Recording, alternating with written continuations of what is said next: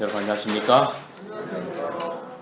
오늘 저는 내 이름을 지워버려 주옵소서라고 하는 제목으로 말씀을 드리겠습니다.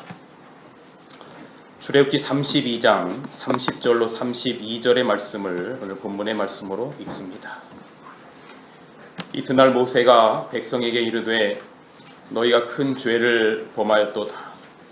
내가 이제 여호와께 올라가노니 혹 너희를 위하여 속죄가 될까 하노라 하고, 모세가 여호와께로 다시 나아가 여짜오되 슬프도소이다.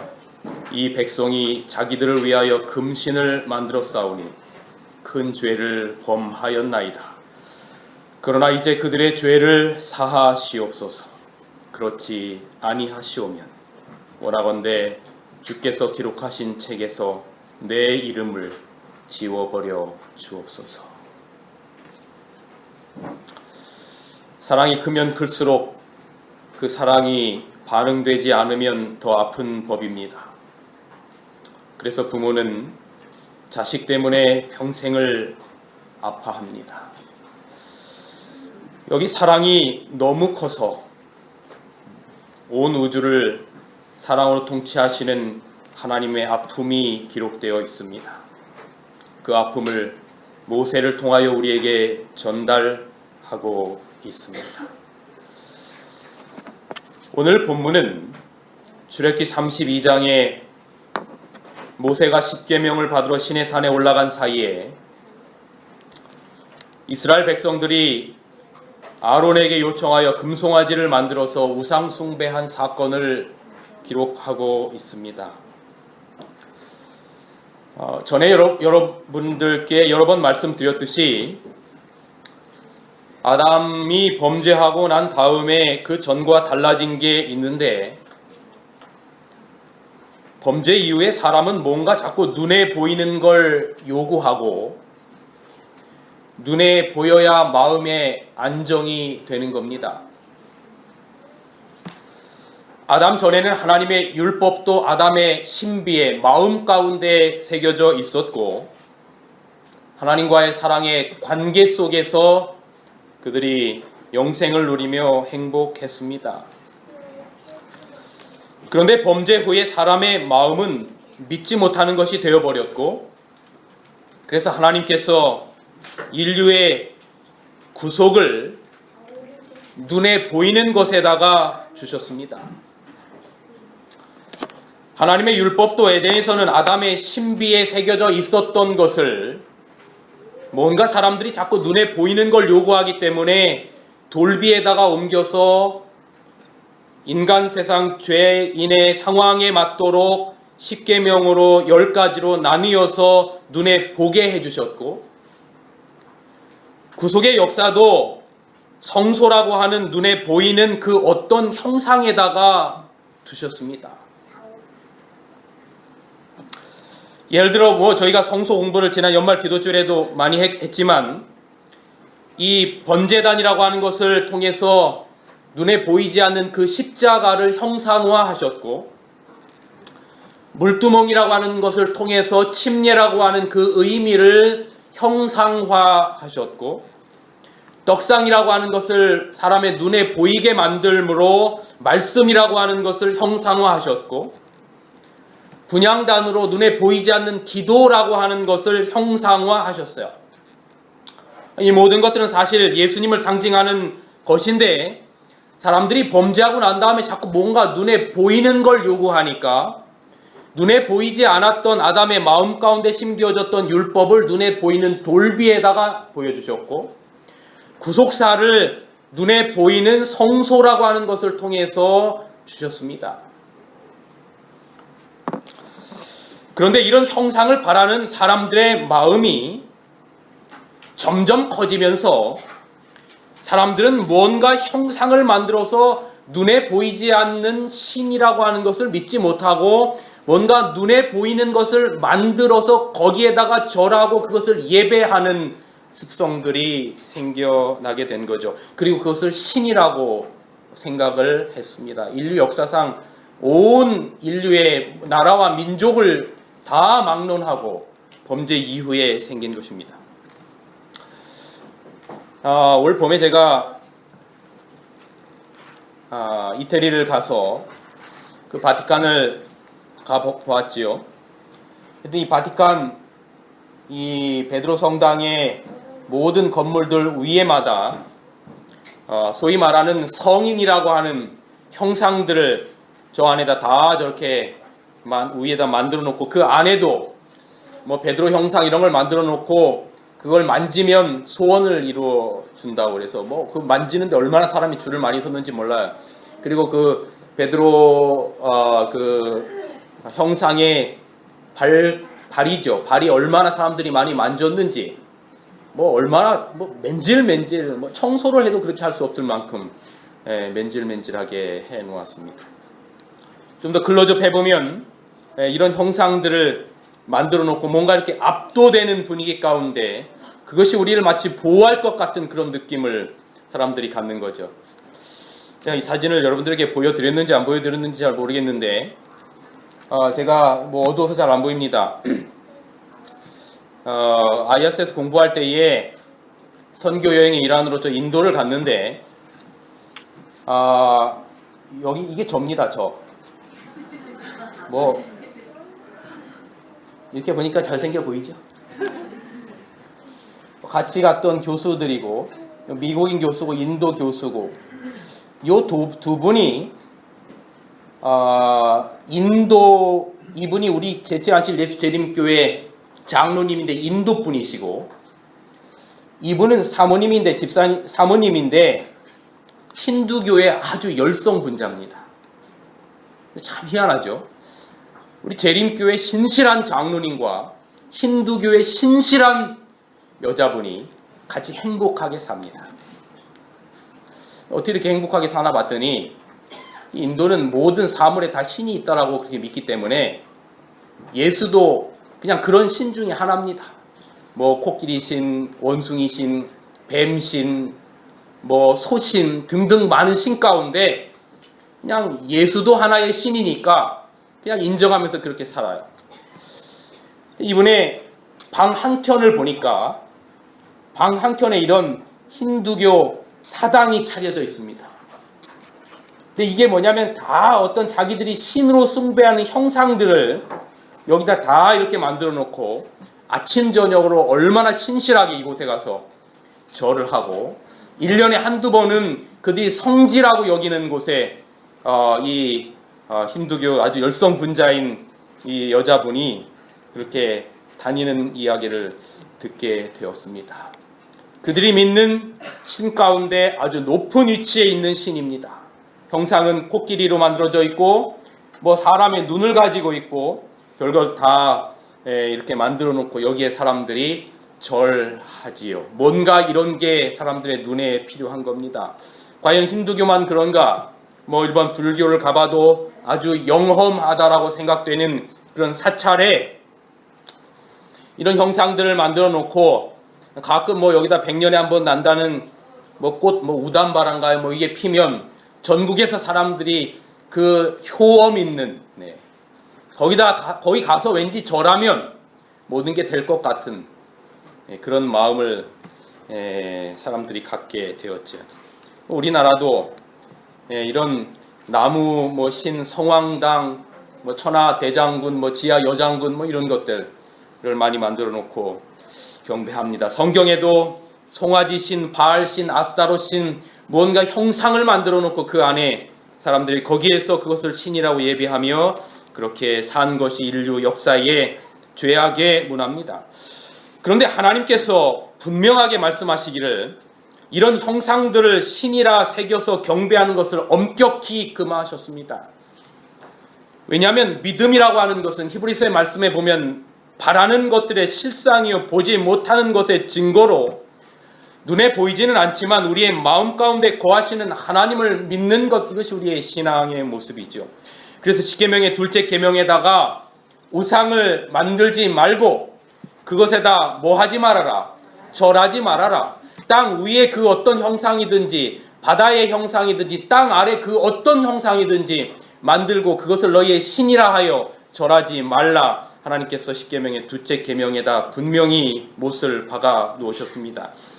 그리고 이 이야기를 이스라엘 백성들이 전부 다 아직 모세에게 십계명을 주시기 전에 모세를 통하여 이스라엘 백성들에게 이 모든 이야기들이 다 선포되었습니다. 이때 이스라엘 백성들은 모세를 통하여 선포된 이 모든 율례와 십계명을 다 지키겠다라고 언약을 맺습니다. 출애굽기 24장 3절. 모세가 와서 여호와의 모든 말씀과 그 모든 율례를 백성에게 고하매 그들이 한 소리로 응답하여 모든 말씀을 우리가 뭐하리이다? 준행하리이다. 하나님 염려하지 마십시오.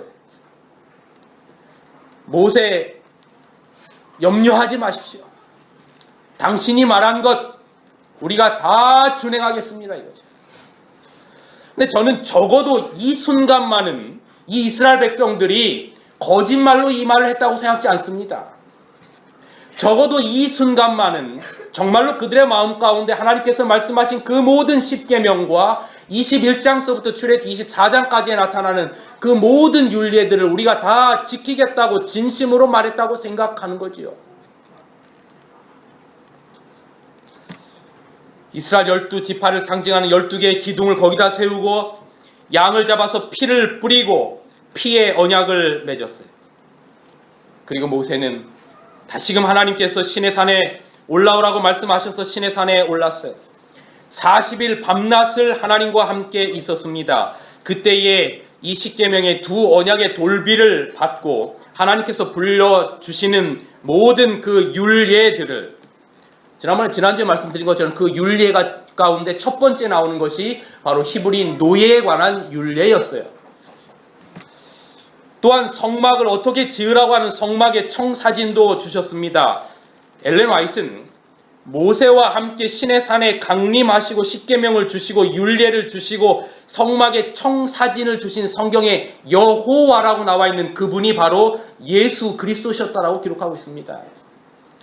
여기 엘렌 화이트 원고 1901년자 126페이지에 이렇게 기록하고 있습니다. 모세는 하나님의 모든 말씀을 책에 기록해서 참조하도록 하였다. 산 위에서 그는 그리스도께서 불러주시는 대로 기록하였다. 그러니까 10가지의 십계명은 직접 하나님이 두 돌비를 마련하시고 하나님의 손으로 친수 기록해서 주신 것이고 21장서부터 24장까지에 나타나는 그 모든 율례는 예수님께서 그리스도께서 불러주신 것을 모세가 그대로 기록한 것입니다. 이런 엄청난 일들이 지금 시내산에서 일어나고 있는 바로 그 같은 시각 산 아래에서 불과 얼마 전에 그 모든 말씀을 다 지키겠노라고 선언했던 이 백성들은 하루하루를 초조하게 모세가 돌아오기를 기다리면서 시간을 보내고 있는 겁니다. 하루가 지나고 이틀이 지나고 3일이 지나고 일주일이 지나고 2주가 지나고 3주가 지나고 한 달이 다 지나는데도 모세가 내려올 생각을 안 하는 겁니다. 완전히 함흥차사예요. 여러분 누군가가 언제 올지도 모르는데 기다린다는 것처럼 힘들고 지루한 일이 없어요. 그러던 어느 날부터 백성들 사이에서 수군수군대는 소리가 들리기 시작한 겁니다. 에이 여보게 혹시 모세 죽은 거 아니야? 뭔가 잘못된 것 같은데 그렇지 않고야 어찌 이리도 안 내려올 수 있나? 이런 소문은 일파만파 퍼지고 모세가 죽은 것처럼 이야기가 되었습니다. 이 부분에 제가 부조화 선지자를 찾아보니까 이렇게 기록하고 있어요. 구름이 여전히 그들에게 보이는데도 진영에 있는 많은 사람들에게 있어서 그들의 지도자 모세가 그들을 버렸거나 맹렬한 불에 소멸되어 버린 것처럼 보였다. 서두에 말씀드린 것처럼 사람들은 뭔가 눈에 보이는 것이 없으면 불안해요. 특히 애굽에서 물질로 표현된 신들에게 익숙해져 있었던 이 사람들에게 모세는 신처럼 의지한 존재인데 그도 그럴 것이 하나님은 일단 눈에 보이지 않잖아요. 그런데 모세는 눈에 보이고 모세의 지팡이가 닿으니까 홍해가 갈라지고 모세의 지팡이가 닿으니까 반석에서 물이 나오고 모세가 기도하니까 메추라기와 만나가 내리고 하는 이런 모습들을 보면서 마치 모세를 신처럼 여겼다 그 말입니다. 그런데 그런 눈에 보이는 모세가 시내산에 올라가서 내려오질 않는 거예요. 그리고 사람들의 소문 가운데는 죽었다라고 하는 소문이 퍼지기 시작한 겁니다. 동요하기 시작했어요. 그런데 이게 이스라엘 백성들의 모습이 아니라 우리의 모습이고 저의 모습이란 말이죠. 뭔가 대단한 것 같지만 신앙의 굳은 결심들이 우리가 다 준수하겠다고 얼마 전에도 그리도 다짐했는데 우리가 불안하고 초조해서 우상 숭배에 빠진 이스라엘 백성들처럼 얼마나 자주 흔들리는지 몰라요. 조그만 어떤 속상한 일이 있어도 수십 년 믿었던 신앙이 송두리째 흔들리는 것 같은 경험을 하게 되는 겁니다. 그런데 여러분, 이 불평의 선봉에 섰던 사람들이 누군고 하면, 여러분 이스라엘 백성들이 430년 종살이를 하고 이제 10가지의 재앙을 끝나고 난 다음에 출애굽할 때, 그 출애굽할 때 출애굽했던 사람들, 여기 출애굽기 12장 37절부터 기록하고 있는데, 이스라엘 백성들이 람셋에서 숫곳이라고 하는 곳에 이르는데 거기에 유아 외에 보행하는 남자 장정만이 60만이요. 그 다음에 뭐라고 기록하고 있냐면 중다한 잡족과 양과 소가 엄청 많았다 그렇게 기록하고 있는데, 중다한 잡족이 많았다고 기록하고 있습니다. 그러니까 이스라엘 순수 이스라엘 히브리 사람들만 출애굽한 게 아니라 어떤 사람이든지 집안에 양의 피를 바른 사람은 다 살았고, 그들을 따라서 어떨결에 함께 출애굽했던 수많은 중다한 잡족들이 있었다 그렇게 기록하고 있습니다. 영어에는 a mixed multitude, 섞인 군중이다 표현하고 있습니다. 여기에는 애굽 사람들도 있을 것이고, 그 당시에 애굽이 세계 최고의 나라였기 때문에 다른 나라에서 온 사람들도 있을 것이고, 어쨌든 이스라엘 사람들이 아닌 중단 잡족들이 많이 있었는데, 여러분 이들이 40년간 광야 생활을 하는 동안 가장 모든 문제의 핵심에 있었던 사람들이 이 사람들이었다고 기록하고 있습니다. 여기 보좌 선지자 316페이지 이렇게 기록하고 있어요. 잡족들이 제일 먼저 불평과 초조에 빠졌으며 그들은 뒤따라 일어난 배도의 선봉이 되었다 기록하고 있습니다. 그런데 이들로부터 시작된 불평이 이제 히브리인들에게도 점점점 군중 가운데 걷잡을 수 없이 커지게 된 겁니다. 모세와 여호수아가 올라갔기 때문에 누가 그 자리를 대신했냐면 아론이 그 자리를 대신했는데, 아론이라도 중심을 잡아 주었어야 됐는데 더 이상 반대했다가는 죽겠다라고 하는 생각을 했겠지요. 왜 안 말렸겠습니까? 처음엔 이러면 안 된다 말려봤지만 소용이 없으니까. 더군다나 부조화 선지자 읽어보니까 우상을 만들자는 제안에 반대한 용감한 소수의 무리들이 있었는데 그들이 생명을 잃었다라고 기록하고 있어요. 그러니까 아론도 나도 더 이상 이들이 원하는 어떤 형상을 만들어서 신으로 섬기자라고 하는 그 이야기에 반대했다가는 자기도 죽을 거라고 하는 생각이 들었겠죠. 그래서 아론이 백성들의 뜻을 들어준 겁니다.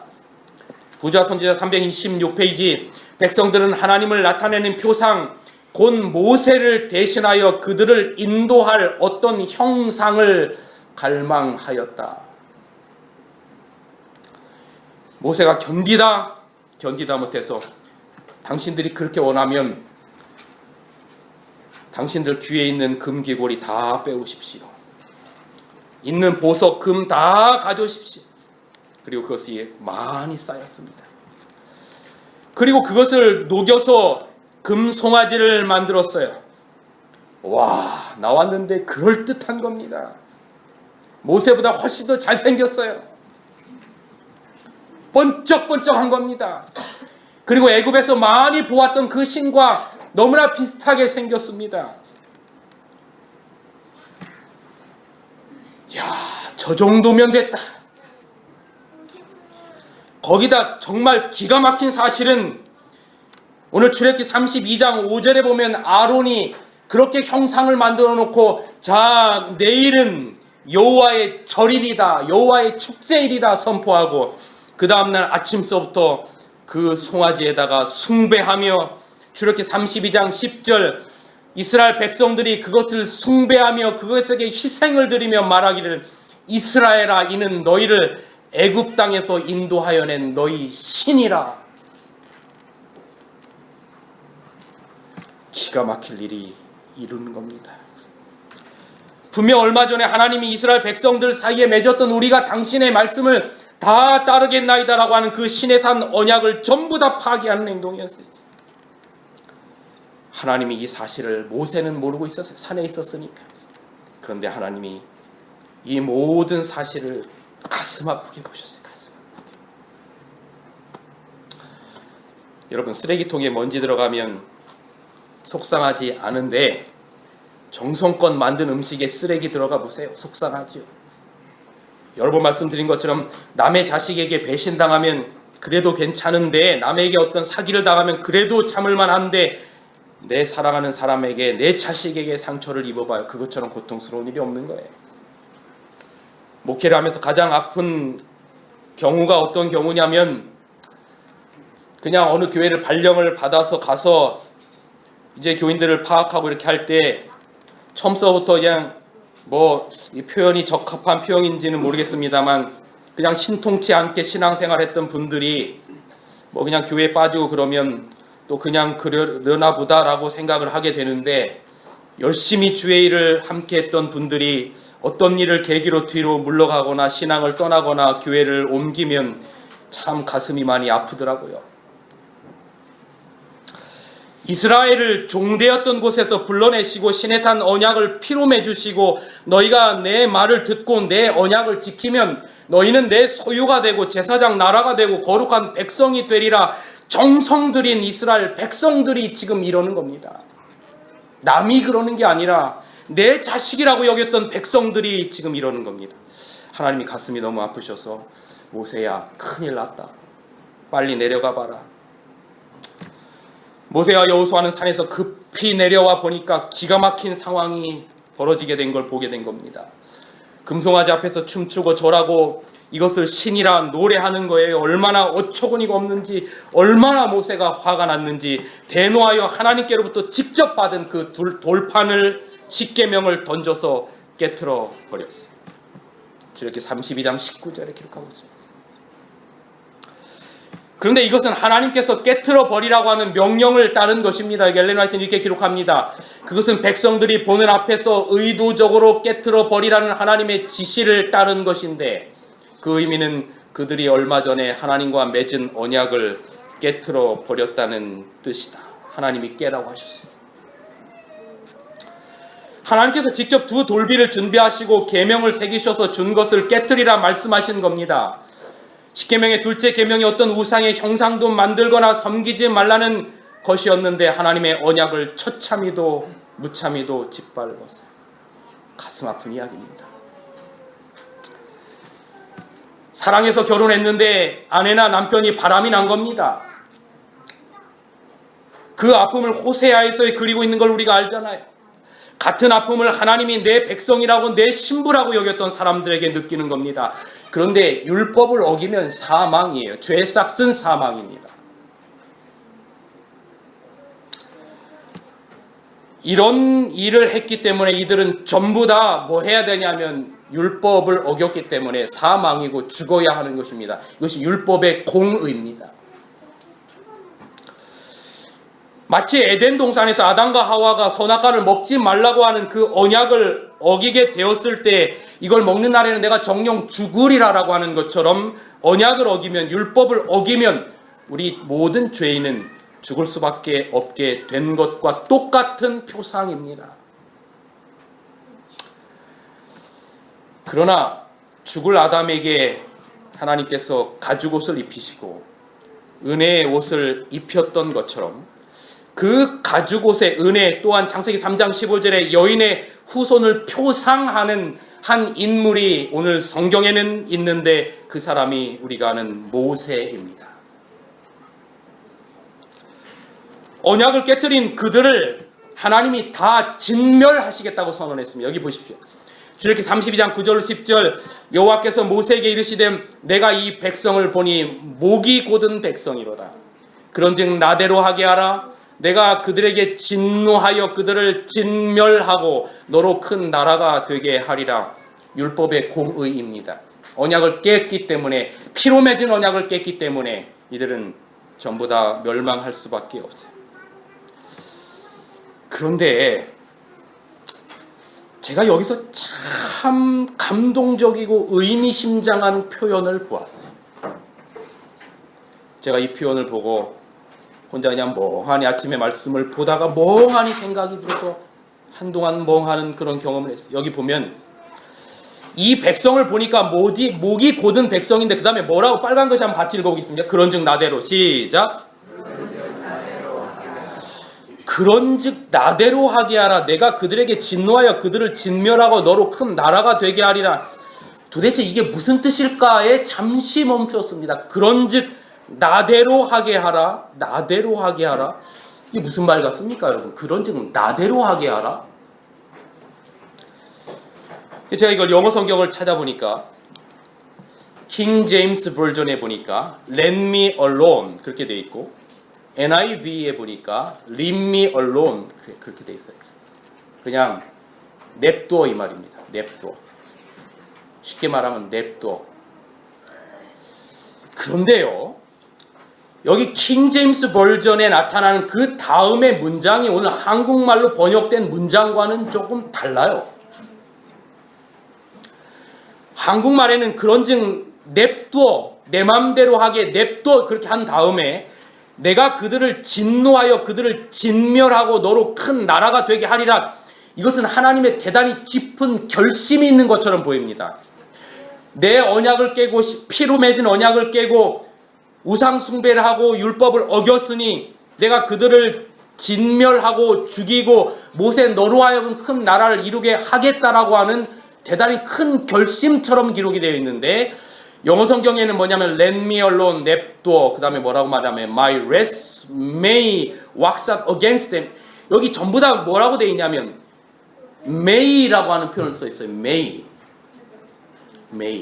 이 may라고 하는 표현은 내가 너를 죽이겠다라고 하는, 영어로 말하면 must나 have to라고 하는 동사를 쓰지 않고 may라고 하는 말을 썼다고 하는 것은 그럴지도 모른다라고 하는 표현이에요.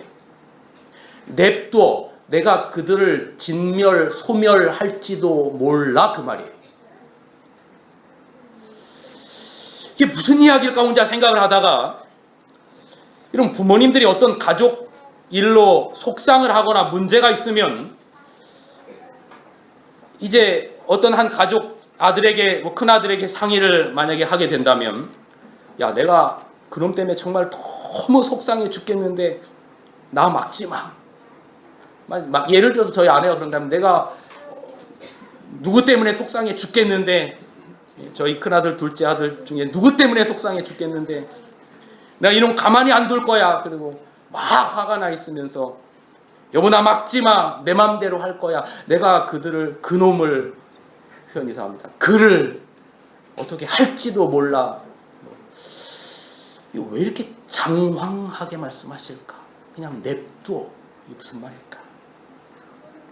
뭔가 좀 마음에 와닿는 뭔가 없으십니까?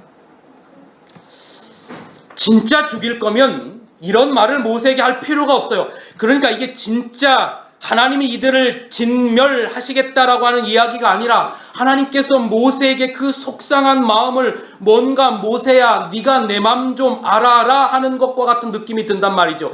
그래서 제가 도대체 이 성경에 기록된 그런즉 나대로 하게 하라, Let me alone, leave me alone, 나 냅둬, 이 말의 의미가 무엇인지를 찾아보니까 역시나 엘렌 화이트는 부조화 선지자의 그 표현을 기록하고 있었어요. 이 보십시오. 부조화 선지자 318페이지. 모세는 좌절과 진노밖에는 나타나지 않는 곳에서 뭐의 근거를 찾아냈다? 지금 하나님이 진노하신 것과 같은 좌절밖에는, 죽을 수밖에 없는 그런 절망밖에 나타나지 않은 곳에서 모세는 희망의 근거를 찾아냈다. 그는 나대로 하게 하라는 하나님의 말씀은 금지하는 뜻이 아니요, 중재하도록 격려하는 말이며, 모세의 기도밖에는, 자기의 기도밖에는 아무것도 이스라엘을 구원할 수 없다는 암시로서 만일 그와 같이 간구하면 하나님께서 당신의 백성을 용서하리라는 뜻으로 이해하였다.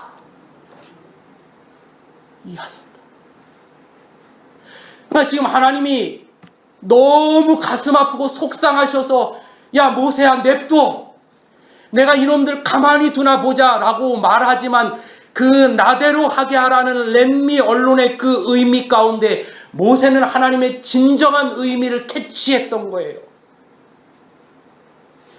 하나님 그놈들 진짜 회초리 치셔야 되겠어요. 회초리 갖다 주는 게 아니라 하나님의 마음을 이해하고 이들을 위하여 기도한다면 하나님께서 그들을 용서하시리라고 하는 뜻으로 모세는 이해하였다. 그러니까 이 모세가 참 머리가 좋았던 거예요. 하나님의 심리까지도 꿰뚫고 있는 거죠. 그래서 하나님이 모세에게 출애굽기 32장 7절에 보면 이게 참 보면 하나님도 참 이게 우리 인간의 측면에서 많이 이렇게 표현한 것들을 봐요. 뭐라고 그러냐면 화가 나셔서 하나님께서 내가 애굽 땅에서 인도하여낸 내 백성이 부패했다 그랬거든요. 지금까지 하나님이 뭐라고 그랬냐면 이들은 내 백성이다 그러시다가 우상 숭배에 빠지니까 하나님께서 모세에게 야 네가 애굽 땅에서 인도하여낸 내 백성이 부패하였다 그래요. 지금 모세가 인도한 거예요? 하나님이 인도한 거예요? 모세 안 하겠다 그랬죠. 처음부터 양 치고 있을 때 너 내 백성 인도해라. Let my people go. 내 백성 그렇게 가서 바로에게 말해서 인도해라 라고 말할 때 난 못한다고 했는데 하나님이 끝까지 설득하셨잖아요. 그리고 내 백성이라고 했는데 지금 하나님 뭐라고 그러면 야 모세야 네가 인도한 네 백성이 부패했다 그렇게 말합니다. 그때 모세가 뭐라고 하는 줄 아십니까? 하나님 무슨 내 백성입니까?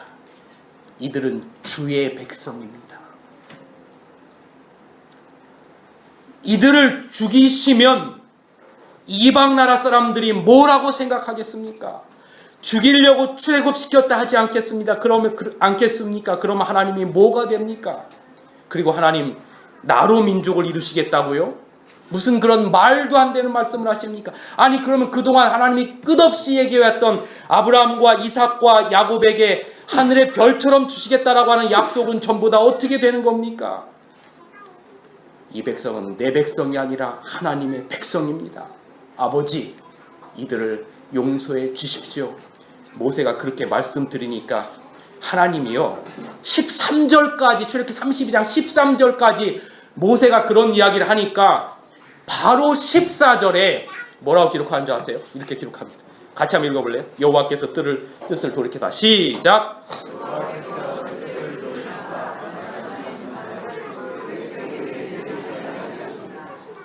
하나님 참 이랬다 저랬다 하시죠. 이거 왜 이랬다 저랬다 하시는 거예요? 뭐 때문에 이랬다 저랬다 하시는 겁니까?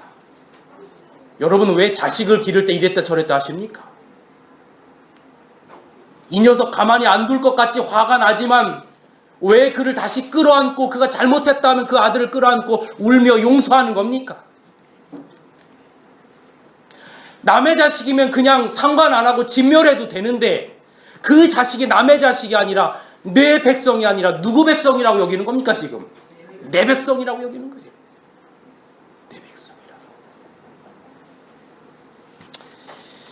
모세는 금송아지를 뽀개고 갈아서 가루를 만듭니다. 그리고 산에서 내려오는 시내산에 뿌리고 그 물을 백성들에게 마시도록 하였어요.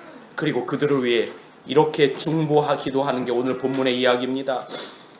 모세가 백성에게 이르되 너희가 큰 죄를 범하였도다. 내가 이제 하나님 앞에 올라가노라. 혹 너희를 위하여 속죄할까 하노라.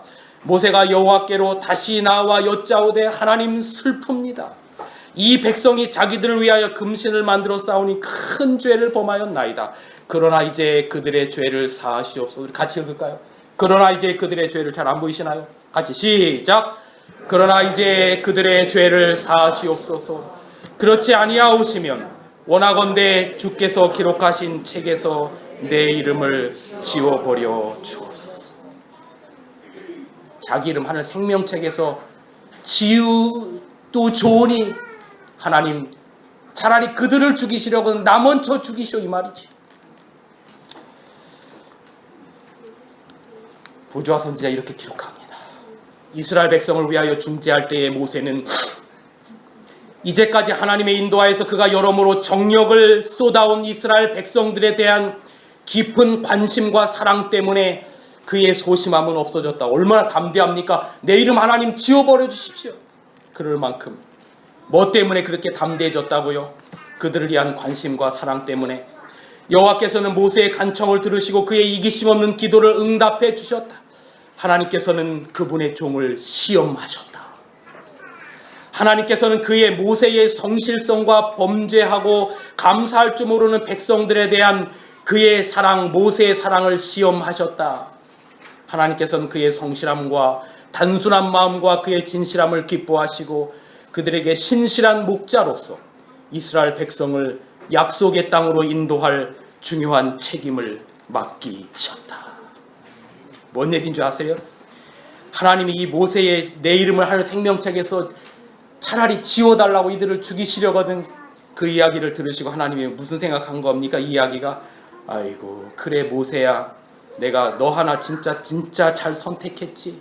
네가 내 마음을 너무나 잘 안단 말이야. 그리고 뜻을 돌이키셨다, 그 말입니다. 이제 모세는 하나님이 용서하신 것은 용서하시고 이 죄의 뿌리를 뽑아야 했습니다. 모든 백성들 앞에 엄숙하게 말했어요. 누구든지 여호와의 편에 있는 자들은 내게로 오라. 이때 누가 다 모였냐면 레위지파 사람들이 다 모였어요. 그래서 하나님께서 그들을 높이셨고 그들을 인하여 영광을 받으셨는데, 이 부분에 관하여 부조와 선지자는 조금 자세하게 설명하는데 이렇게 기록합니다. 배도에 가담하지 않았던 자들은 모세의 오른편에 자리를 잡고 범죄하였으나 회개한 사람들은 왼편에 자리를 잡기로 되어 있었다고 했어요. 그러니까 모든 이스라엘 백성들에게 뭐라고 말했냐면, 거기 있는 잡족들에게도 뭐라고 말했냐면, 배도에 가담하지 않은 자들은 내 오른편에 와라. 그래서 오른편에 누가 왔냐면 레위 족속이 전부 다 왔습니다. 그리고 왼편에서는 배도에 가담했지만 회개하고 하나님 앞에 다시 서기로 결심하는 사람들은 왼쪽으로 서라 그랬어요. 그런데 오른쪽에도 서지 않고 왼쪽에도 서지 않았었던 사람들이 있었습니다. 그 사람들이 바로 누군가 하면 하나님께서 레위 자손을 통해서 죽이도록 하신 약 3,000명가량의 사람들이었습니다. 3,000명가량의 사람들이 28장의 레위 자손들이 그들을 전부 다 죽였는데, 그들이 바로 하지 않기로, 돌이키지 않기로 결심한 그들을 하나님께서 죽이도록 명하셨어요. 그런데 이 모습을 보고 우리가 이상하게 생각할 수 있어요. 왜 하나님께서 뜻을 돌이키사 그들을 용서하시겠다고 했는데 왜 그들을 죽게 하셨을까? 여러분, 이건 죄의 결과입니다. 우리가 하나님의 율법 앞에, 하나님의 공의 앞에 그것을 어기게 될 때 우리 모두는 죽을 수밖에 없는 것이 하나님의 공의고 죄의 결과예요. 하나님은 죄를 그저 가볍게 넘기시는 분이 아니십니다. 그럼에도 불구하고 용서받은 사람과 용서받지 못한 사람들의 차이는 뭐냐면, 바로 거기에 모세의 중재 기도가 있었는데, 그 자기를 회개함으로 말미암아 하나님 앞에 서게 된 자들은 바로 모세의 중재 기도를 들으시고 그들을 용서하신 거예요.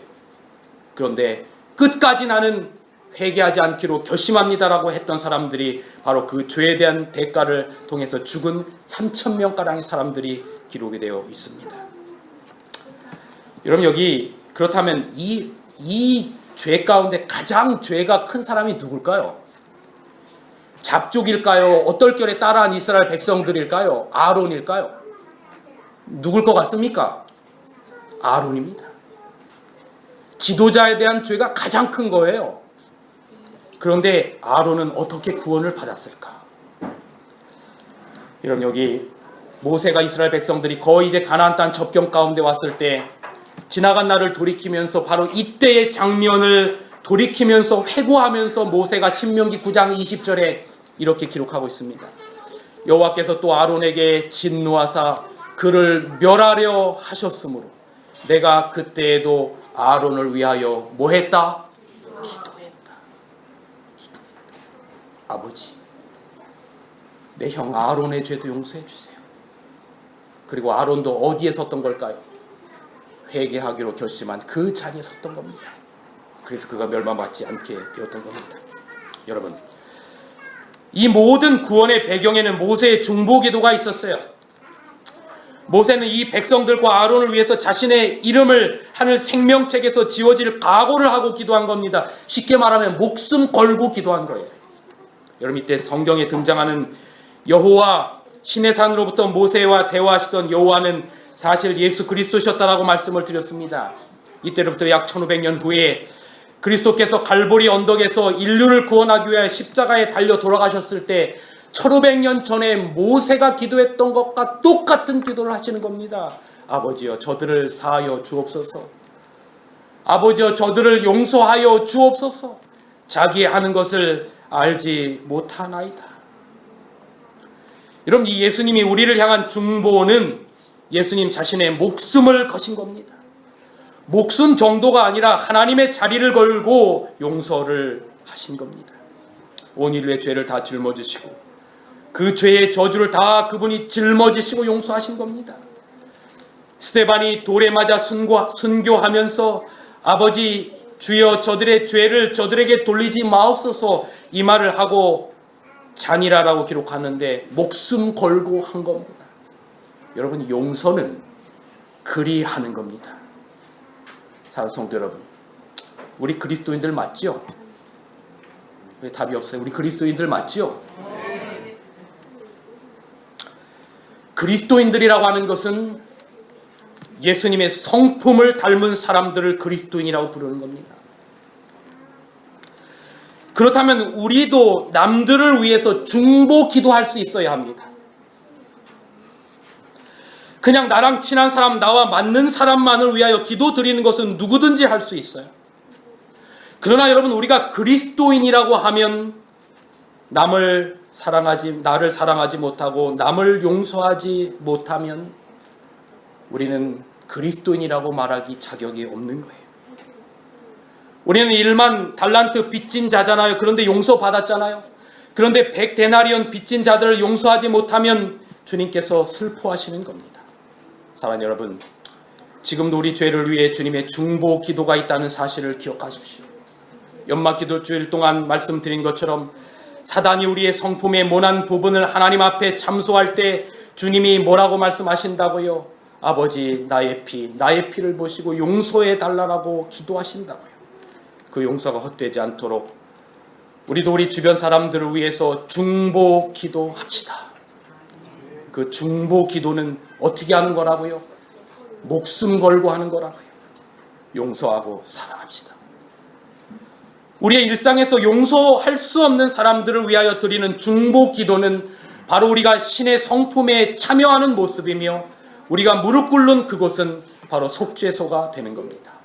연말입니다. 한 해를 정리하면서 가장 중요한 게 무엇일까? 바로 하나님과 사람 사이의 관계를 잘 정리하는 것입니다.